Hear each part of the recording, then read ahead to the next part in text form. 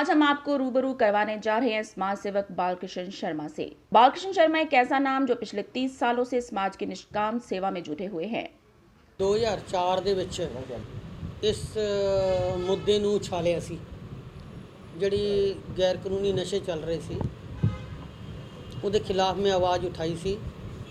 ਕਿਉਂਕਿ ਮੈਂ ਹੋਟਲ ਕਰਦਾ ਹਾਂ, ਹੋਟਲ ਦੇ ਵਿੱਚ ਜਿੰਨੇ ਵੀ ਨਸ਼ੇੜੀ ਹੁੰਦੇ ਸੀ ਉਹਨਾਂ ਨੂੰ ਨਸ਼ੇੜੀ ਤੋਂ ਨਹੀਂ ਕਿਹਾ ਜਾਂਦਾ, ਨਸ਼ੇੜੀ ਤੋਂ ਪਿੱਛੇ ਹੈ ਜਿਹੜਾ ਨਸ਼ੇ ਬਣਾਉਂਦਾ ਹੈ। ਤੋ ਉਹਨਾਂ ਦੇ ਉੱਤੇ ਮੈਂ ਮੁੱਦਾ ਚੁੱਕਿਆ ਸੀ ਵੀ ਸਾਡੇ ਕੋਲ ਸਰਕਾਰਾਂ ਪਈਆਂ ਨੇ, तो पुलिस पई है, कई तरह दियाँ विजिलेंस ये वो सारियाँ काफ़ी है, पर नशे के उत्ते क्यों नहीं नकेल पै रही? क्योंकि नौजवान पीढ़ी है जिहड़ी हिंदुस्तान की सुरक्षा की जिहड़ी साडे कोल ताकत है, पावर है, डोर है, वो नौजवानों नूं आपां इस तरह नशिਆਂ ਦੇ ਵਿੱਚ ਡਿੱਗਦਿਆਂ किते नालियां 'ਚ देख रहे हैं। क्योंकि सारा देश की सुरक्षा उन्हां दे हत्थ ही है। जे वो ही नहीं रहेगा तो फिर आप किहदे सिर ते जीवांगे? तो इनू चलदियां मैं काफ़ी नौजवानों के विच शामिल होया और उन्होंने कई तरह के ठेस वालियां गल्लां पहुँचा के भी उन्होंने मैं अपने वालों नशा छुड़ाने की कोशिश की, क्योंकि मेरे को कोई ताकत या पावर नहीं सी।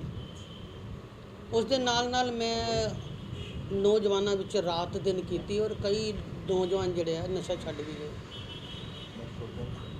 देखो ये तो साडे पूर्ण जिहड़ी शुरू तो ही पीढ़ी बाई पीढ़ी चलती आ रही है।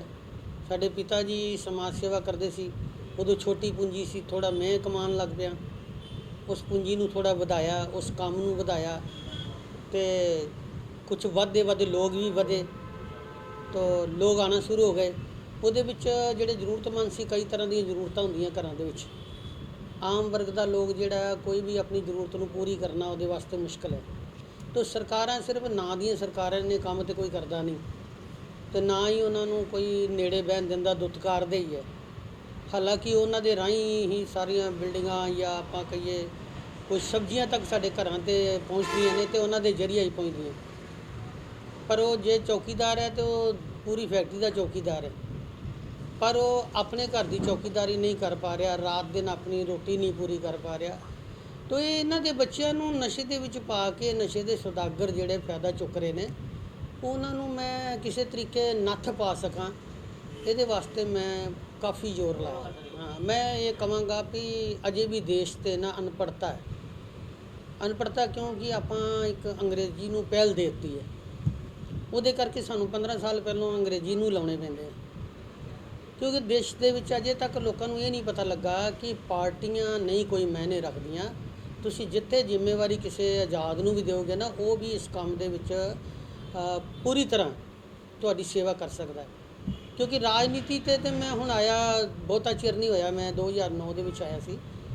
इस तो पहले जिहड़े मेरे रिकॉर्ड ने 20-25 साल पहलों मैं समाज दी सेवावां दे विच ही जुड़िया रहा। ते अचानक ही एक पता नहीं हुण परमात्मा नूं कोई इस तरह कोई असीं ते उन्हां दा ही नाम लैंदे आ कि उन्हां नूं मंजूर सी, तो मैं इधरले पासे आ गया। पर मैनू इत्थे भी आने का एक मेरा मकसद है, टीचा है कि जिहड़ी समाज दीयां जिहड़ियां सेवावां कह के लोग पार्टियां 'च खड़े हुंदे ने, वो बाद च उन्हां दी अनदेखी करदे ने गद्दियां 'च बह के, ते ना ही कोई सरकारी ऑफिसर या कोई सरकार दे काम उन्हां दे नहीं हुंदे।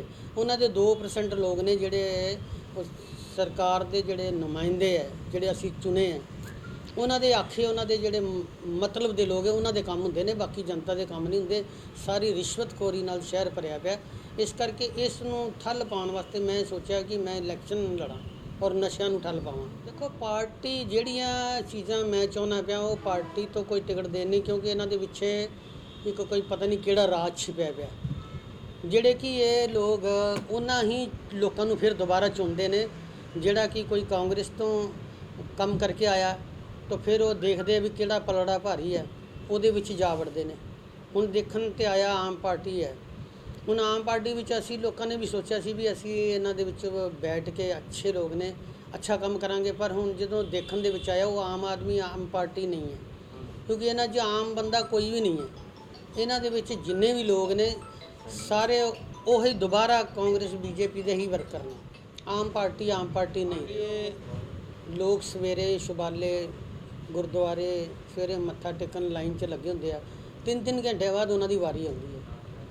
ਤਾਂ ਕੋਈ ਉੱਪਰਲੀ ਪ੍ਰੇਰਨਾ ਨਾਲ ਵੀ ਆਉਂਦੇ ਨੇ, ਤਾਂ ਸਾਰੇ ਹੀ ਆਪਣੀ ਮਰਜ਼ੀ ਨਾਲ ਨਹੀਂ ਆਉਂਦੇ। ਮੈਨੂੰ ਤੇ ਪੂਰੀ ਤਰ੍ਹਾਂ ਪਤਾ ਹੈ ਕਿ ਮੈਨੂੰ ਈਸ਼ਵਰ ਨੇ ਇੱਥੇ ਲਿਆਂਦਾ ਹੈ ਇਸ ਜਗ੍ਹਾ ਦੇ ਵਿੱਚ ਸਮਾਜ ਸੇਵਾ ਵਾਸਤੇ। ਪਰ ਹੁਣ ਲੋਕੀ ਜਿਹੜੀ ਨਜ਼ਰਾਂ ਨਾਲ ਵੇਖ ਰਹੇ, ਇਹ ਲੋਕਾਂ ਦੇ ਉੱਤੇ ਡਿਪੈਂਡ ਹੈ।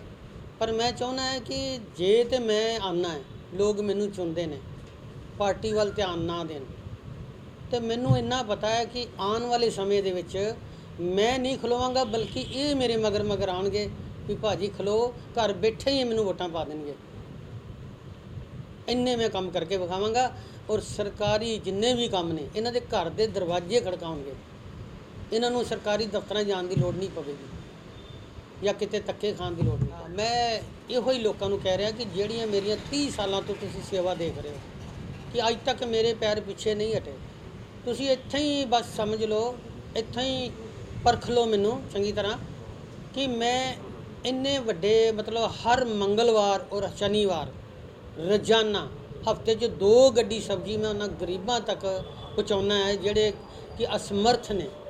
ਔਰ ਉਹਦੇ ਨਾਲ ਜਿੰਨੀ ਲਵਾਰਸ ਲਾਸ਼ ਕਹਿੰਦੇ ਨੇ, ਉਹ ਸਾਡੇ ਘਰਾਂ ਤੋਂ ਭਟਕਿਆ ਬੰਦਾ, ਉਹ ਲਵਾਰਸ ਨਹੀਂ ਹੈ, ਉਹਨੂੰ ਮੈਂ ਕਹਿੰਦਾ ਕਿ ਮੈਨੂੰ ਵਾਰਸ ਦਿਓ, ਮੈਂ ਉਹਨਾਂ ਦਾ ਵਾਰਸ ਬਣਾਂਗਾ। ਅੱਜ ਤੱਕ ਮੈਂ A to Z ਖਰਚੇ ਉਹਨਾਂ ਦੇ ਕਰਦਾ ਆ ਰਿਹਾ। ਇੱਥੋਂ ਵੀ ਸਮਾਜ ਸਮਝ ਜਾਏ ਕਿ ਮੈਂ ਸਮਾਜ ਨੂੰ ਕਿੰਨੀ ਵੱਡੀ ਸੇਵਾ ਦੇ ਸਕਦਾ ਜੇ ਮੈਂ ਪਾਰਟੀ 'ਚ ਮੈਨੂੰ ਚੁਣਿਆ ਜਾਂਦਾ ਹੈ। ਉਸ ਦੇ ਨਾਲ ਤੁਸੀਂ ਵਿਆਹ ਦੀ ਗੱਲ ਕਰ ਰਹੇ ਹੋ, 1000 ਤੋਂ ਉੱਤੇ ਜਿਹੜੀਆਂ ਕੁੜੀਆਂ ਨੂੰ ਮੈਂ ਅਪਣਾ ਕੇ ਉਹਨਾਂ ਦਾ ਵਿਆਹ ਕੀਤਾ। ਤੇ ਉਹਦੇ ਨਾਲ ਜਿਹੜੀਆਂ ਹੋਰ ਵੀ ਕਈ ਘਰੇਲੂ ਜ਼ਰੂਰਤਾਂ ਹੁੰਦੀਆਂ ਨੇ, ਤੁਸੀਂ ਮੇਰੇ ਇਲਾਕੇ ਦੇ 8 ਵਾਰਡਾਂ ਵਿੱਚ ਜਿੱਥੋਂ ਮਰਜ਼ੀ ਸਰਵੇ ਕਰਵਾ ਕੇ ਦੇਖ ਲਓ ਵੀ ਜੇ ਕਿਸੇ ਦੇ ਘਰ ਆਟਾ ਮੁੱਕਾ ਹੈ ਜਾਂ ਉੱਥੇ ਕਮਾਈ ਕਰਨ ਦਾ ਸਾਧਨ ਨਹੀਂ ਹੈ, ਤੇ ਮੈਂ ਉਹਨਾਂ ਦੇ ਘਰ ਵਿੱਚ ਆਟਾ ਲੈ ਕੇ ਵੀ ਪਹੁੰਚਿਆ। ਹਰ ਚੀਜ਼ ਉਹਨਾਂ ਦੀ ਜ਼ਰੂਰਤ ਵਾਲੀ ਮੈਂ ਲੈ ਕੇ ਪਹੁੰਚਿਆ। ਇਸ ਇਲਾਕੇ ਦੇ ਲੋਕਾਂ ਨੂੰ ਜਦ ਤੱਕ ਮੈਂ ਜਿੰਦਾ ਹਾਂ ਉਦੋਂ ਤੱਕ ਚਿੰਤਾ ਦੀ ਲੋੜ ਨਹੀਂ ਹੈ, ਸਿਰਫ ਮੇਰੇ ਤੱਕ ਗੱਲ ਪਹੁੰਚਣੀ ਚਾਹੀਦੀ ਹੈ। ਪਰ ਇੱਥੋਂ ਹੀ ਲੋਕ ਸਮਝ ਜਾਣ ਕਿ ਜਿਹੜੀ ਸਰਕਾਰੀ ਜਿੰਨੇ ਵੀ ਤੁਹਾਡੇ ਕੋਲ ਸਾਡੇ ਕੋਲ ਟੈਕਸ ਜਮ੍ਹਾਂ ਹੈ, ਜਿਹੜਾ ਰੁਪਈਆ ਸਾਡੇ ਕੋਲ, ਉਹ ਜਨਤਾ ਦਾ, ਪਰ ਜਨਤਾ ਤੱਕ ਨਹੀਂ ਪਹੁੰਚ ਰਿਹਾ। ਇਸ ਕਰਕੇ ਮੈਨੂੰ ਇਹ ਲੜਾਈ ਲੜਨੀ ਪੈ ਰਹੀ ਹੈ। ਜਨਤਾ ਵਾਸਤੇ ਲੜ ਰਿਹਾ ਮੈਂ, ਆਪਣੇ ਵਾਸਤੇ ਨਹੀਂ। ਮੈਂ ਇਹ ਸੋਚ ਰਿਹਾ ਹਾਂ, ਜਿਹੜਾ ਮੇਰਾ ਮਨ ਕਹਿ ਰਿਹਾ ਕਿ ਲੋਕਾਂ ਦਾ ਝੁਕਾਅ ਪਾਰਟੀਆਂ ਵੱਲ ਹੈ, ਉਹਨਾਂ ਨੂੰ ਆਜ਼ਾਦ ਬਾਰੇ ਨਹੀਂ ਗਿਆਨ ਹੈ। ਕਿਉਂਕਿ ਦੇਸ਼ ਆਜ਼ਾਦ ਹੋ ਗਿਆ, ਕੁਛ ਹੀ ਲੋਕਾਂ ਨੇ ਇੰਨੇ ਵੱਡੇ ਦੇਸ਼ ਨੂੰ ਆਜ਼ਾਦ ਕਰ ਦਿੱਤਾ। ਤੇ ਤੁਸੀਂ ਤਾਂ ਯਾਰ ਬੜੀ ਸੰਖਿਆ ਦੇ ਵਿੱਚੋਂ ਤੁਸੀਂ ਚਾਹੋ ਤੇ ਆਜ਼ਾਦ ਕਰ ਸਕਦੇ ਹੋ, ਆਜ਼ਾਦ ਲਿਆਓ। ਇਹ ਤਾਂ ਫੈਕਟਰੀਆਂ ਦੇ ਨਾਂ ਨੇ, ਸਾਡੀ ਫੈਕਟਰੀ ਦਾ ਵੀ ਨਾਂ ਹੈ, ਦੁਕਾਨਾਂ ਦੇ ਨਾਂ ਨੇ। ਤਾਂ ਇਹਦੇ ਵਿੱਚ ਤਾਂ ਇਹ ਜਿਹੜੇ ਕੰਮ ਕਰਨ ਵਾਲੇ MLA MP ਤੁਹਾਡੇ ਵਾਸਤੇ ਇਹਨਾਂ ਦੀ ਸੇਵਾ ਵਿੱਚ ਆਏ ਨੇ, ਪਰ ਇਹ ਲੋਕ ਪਾਰਟੀ ਨੂੰ ਜ਼ਿਆਦਾ ਅਹਿਮੀਅਤ ਦਿੰਦੇ ਨੇ ਕਿਉਂਕਿ ਲੋਕਾਂ ਨੇ ਪਾਰਟੀ ਨੂੰ ਵੋਟ ਪਾਈ ਹੈ, ਇਹਨਾਂ ਨੂੰ ਨਹੀਂ ਪਾਈ। ਇਸ ਕਰਕੇ ਜ਼ਿਆਦਾਤਰ ਆਪਣੇ ਜਿਹੜੇ ਹੈੱਡ ਨੇ, ਜਿਹੜੇ ਉਹਨਾਂ ਦੇ ਉੱਤੇ ਜਿਨ੍ਹਾਂ ਦੇ ਨਾਂ 'ਤੇ ਲੜਦੇ ਪਏ ਨੇ, ਖੁਦ ਥੋੜ੍ਹੀ ਲੜਦੇ ਪਏ ਨੇ। ਕਈ ਵਾਰੀ ਮੇਰੀ ਗੱਲ ਵੀ ਹੁੰਦੀ ਹੈ ਤੇ ਮੈਂ ਕਹਿੰਦਾ ਵੀ ਤੁਸੀਂ ਯਾਰ ਇਸ ਤਰ੍ਹਾਂ ਕਰੋ, ਮੇਰੇ ਨਾਲ ਆਜ਼ਾਦ ਲੜ ਕੇ ਵੇਖ ਲਓ, ਫਿਰ ਪਤਾ ਲੱਗ ਜੂ ਤੁਹਾਨੂੰ ਕਿੰਨੀਆਂ ਵੋਟਾਂ ਪੈਂਦੀਆਂ, ਮੈਨੂੰ ਕਿੰਨੀਆਂ ਪੈਂਦੀਆਂ। ਇਹ ਤਾਂ ਸਿੰਬਲ ਨੂੰ ਪੈ ਰਹੀਆਂ, ਨਿਸ਼ਾਨ ਨੂੰ ਪੈ ਰਹੀਆਂ, ਉਹਨਾਂ ਨੂੰ ਨਾ ਸਮਝ ਵੋਟਾਂ ਪੈ ਰਹੀਆਂ। ਜਿਸ ਦਿਨ ਲੋਕ ਪੜ੍ਹੇ ਲਿਖੇ ਹੈ ਕਾਫੀ ਹੁਣ ਸੁਲਝ ਗਏ ਨੇ, ਪਰ ਜਿਹੜੇ ਅੱਛੇ ਲੋਕ ਬਾਹਰ ਵਿਦੇਸ਼ਾਂ 'ਚ ਚਲੇ ਗਏ ਨੇ, ਉਹਨਾਂ ਦਾ ਸਾਨੂੰ ਘਾਟਾ ਹੋ ਰਿਹਾ। ਨਹੀਂ ਜੀ, ਮੈਂ ਕੋਸ਼ਿਸ਼ ਕਰਾਂਗਾ ਆਪਣੇ ਵੱਲੋਂ ਕਿ ਜੇ ਤੇ ਲੋਕਾਂ ਦਾ ਰੁਝਾਨ ਪਾਰਟੀਆਂ ਵੱਲ ਹੈ ਤਾਂ ਮੈਂ ਚਾਹਾਂਗਾ ਵੀ ਕੋਈ ਪਾਰਟੀ ਟਿਕਟ ਦੇ ਕੇ ਵੇਖ ਲਵੇ। ਮੈਂ ਉਹਨਾਂ ਨੂੰ ਕਮ ਸੇ ਕਮ 50,000 ਜ਼ਿਆਦੀਆਂ ਵੋਟਾਂ ਲੈ ਕੇ ਦਿਖਾ ਦਾਂਗਾ, ਪਾਰਟੀ ਨੂੰ ਵੀ ਜ਼ਿਆਦੀਆਂ। ਤੇ ਲੇਕਿਨ ਜਿਹੜੀ ਮੈਂ ਆਜ਼ਾਦ ਆ ਰਿਹਾ, ਇਹ ਲੋਕਾਂ ਨੂੰ ਅਗਰ ਲੋਕੀ ਸਮਝ ਜਾਣ ਕਿ ਮੈਂ ਕਹਿੰਦਾ ਅੰਮ੍ਰਿਤਸਰ ਦੇ ਲੋਕ ਸਮਝ ਜਾਣ, ਅਗਰ ਉਹਨਾਂ ਨੂੰ ਇਹ ਗੱਲ ਯਾਦ ਹੋ ਗਈ ਵੀ ਆਜ਼ਾਦ ਉਮੀਦਵਾਰ ਵੀ ਮਾਇਨੇ ਰੱਖਦਾ, ਤਾਂ ਉਹ ਪਾਰਟੀਆਂ ਨਾਲੋਂ 4 ਗੁਣਾ ਵੱਧ ਕੰਮ ਕਰਕੇ ਦਿਖਾਏਗਾ। ਔਰ ਜਿਹੜੀਆਂ ਵੀ ਸਰਕਾਰੀ ਸਹੂਲਤਾਂ ਤੁਹਾਡੇ ਦਰਵਾਜ਼ੇ ਤੱਕ ਲਿਆ ਕੇ ਵਿਖਾ ਦਾਂਗਾ ਮੈਂ। ਦੇਖੋ, ਇਹ ਆਪਣੇ ਦ੍ਰਿੜਤਾ ਦੀ, ਆਪਣੀ ਪਾਵਰ ਦੀ ਲੋੜ ਹੈ। ਅੱਜ ਜੇ ਅਸੀਂ ਸਮਾਜ ਦੇ ਵਿੱਚ ਨਹੀਂ ਹੈਗੇ, ਜੇ ਕਿਸੇ ਪਾਰਟੀ ਨਾਲ ਆਪਾਂ ਨਹੀਂ ਜੁੜੇ ਹਾਂ, ਤਾਂ ਫਿਰ ਵੀ ਤਾਂ ਆਪਾਂ ਲੋਕਾਂ ਦੇ ਕੰਮ ਕਰ ਰਹੇ ਹਾਂ। ਕਿਸ ਤਰ੍ਹਾਂ ਕਰ ਰਹੇ ਹਾਂ? ਅੱਜ ਵੀ ਜਿਹੜੀ ਸਰਕਾਰ ਹੈ, ਭਾਵੇਂ ਕਹੇ ਵੀ ਸਰਕਾਰ ਤੋਂ ਬਗੈਰ ਕੰਮ ਨਹੀਂ ਹੁੰਦਾ, ਅਸੀਂ ਕਰਾਏ ਹੈ। ਇਹ ਸਰਕਾਰੀ ਮੁਲਾਜ਼ਮ ਸਾਰਿਆਂ ਵਾਸਤੇ, ਕੋਈ ਇਹ ਪਾਰਟੀ ਵਾਸਤੇ ਥੋੜ੍ਹੀ ਹੈ। ਪਾਰਟੀਆਂ ਕਿਹੜੀਆਂ ਵੀ ਉਹਨਾਂ ਨੂੰ ਤਨਖਾਹਾਂ ਦੇ ਰਹੀਆਂ, ਅਗਰ ਜਨਤਾ ਹੀ ਤਨਖਾਹ ਦੇ ਰਹੀ ਹੈ, ਕਿਉਂ ਨਹੀਂ ਕਰਨਗੇ ਕੰਮ? ਉਹਨਾਂ ਨੂੰ ਕਰਨਾ ਪਏਗਾ।